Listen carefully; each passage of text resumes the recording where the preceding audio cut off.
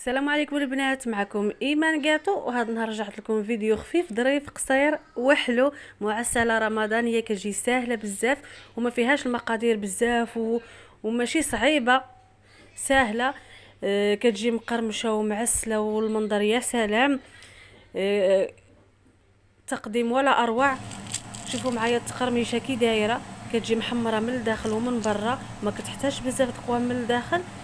جوج مقادير فقط وغادي تستعملوا معسله زوينه في رمضان يتحمر لكم الوجه. لهاد المعسله غادي نحتاجو العجينه الفيلو. انا استعملت هاد الماركه هذه، كتجي رطبه. البنات اللي ساكنين في فرنسا نتاع لوكلير كتيبس دغيا وكتهرس. هنا عندي الزبده نوازيت، زدت لها الزيت النباتيه. هنا استعملت الكركاع طحنتو هكا هرمشتو. تقدروا تستعملوا قوقاو، تستعملوا اللوز، كاين اللي كيستعمل غير الكوك بنكهه البيستاج. المهم نتوما والمتوفر عندكم. هنا كنقبض الباكيه نتاع الفيلو ديالي كنحلها. هذه كتكون رطبه، ومن الاحسن الناس اللي كيعرفوا يصاوبوها من الاحسن يصاوبوها في الدار احسن، كتعطي نتيجه افضل. كما قلت لكم هاد المعسله كتحتاج الورقه بزاف، والعماره كتحتاج غير واحد الرشه خفيفه.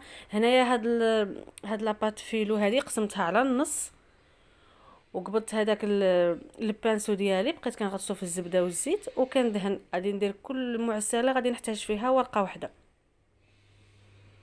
كندهنها مزيان. وكنجيب شي عمود ولا نتاع الشوا ولا قطيب نتاع قطبه اللي كانوا يخدموا بهم مواتنا شحال هذه الصوف. هذاك حتى هو مزيان، هذاك كيسهل علينا العمليه. انا عندي هادو نتاع الكيك ديزاين واستعملته. كما كتشوفوا كنلوي عليه شويه نتاع الورقه وكنزير من الجنب وكنخليها مطويه، يعني راه كتبان لكم الطويه. في هذيك الطويه تما غادي نحط انا شويه نتاع الكركاع. الكركاع ما زايده معاه ما والو، ما محمراه، ما زايده معاه سكر، لا زبده لا سكر لا قرفه لا حتى حاجه، خليته طبيعي. صافي من بعد كان نزير غير التزييره الاولى، ومن بعد نبقى غادي نرولي فيها وكنجمعها من الجناب. هنايا الا كنتو شريتو الورقه ماشي مزيانه، الا درتو هاد المرحله والورقه كانت ناشفه غادي تطردق لكم في البلاص. كنخلي واحد 2 سنتيم باش من غادي نلوي هاد الدمليج ديالي. غادي نلويه هذاك 2 سنتيم هو اللي غادي يجلس القاعده نتاعي من التحت اللي غادي ندير فيها التزيين. بغيتو تخليوها كي سيجار تقدروا تخليوها كي سيجار، يعني عندكم 2 طرق، سواء تخليوها سيجار سواء ديروها هكا دميليجات. صافي بغيتو تحطوها هكا بحالي في الصينيه وحده حدا وحده، من بعد كتدهنوها شويه كاين الا كتشوفوها ناشفه كتزيدوا تدهنوها. بغيتو ديروها في لي كاب كيك، المون تاع لي كاب كيك باش يجيوكم بحال بحال، تقدروا ديروها حتى هي. صافي هنايا كندخلها الفران شاعل من التحت ومن الفوق حتى كتحمر لي مزيان.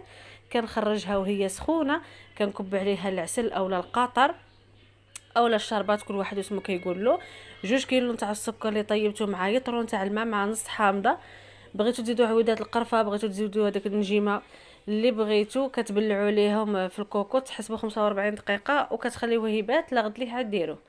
صافي هنايا كنرشو مزيان بداك العسل وكنخليه يشرب مزيان، وكتزينوها من الداخل باللي بغيتو. انا استعملت هنايا شويه اللوز مع النوازيط مع الورد مع الكركاع. تقدروا ديروا غير اللوز مهرمش ولا قوقاو مهرمش من الوسط.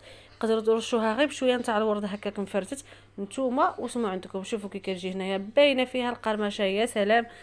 نتمنى يكون الفيديو ديالي عجبكم.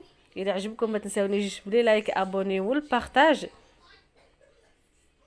الا ما فهمتوش شي حاجه خليوها لي في الكومونتير. وهذا هو الشكل النهائي. كانت معكم ايمان كاطو وكنقول لكم على بروشين فوا. بسلام عليكم.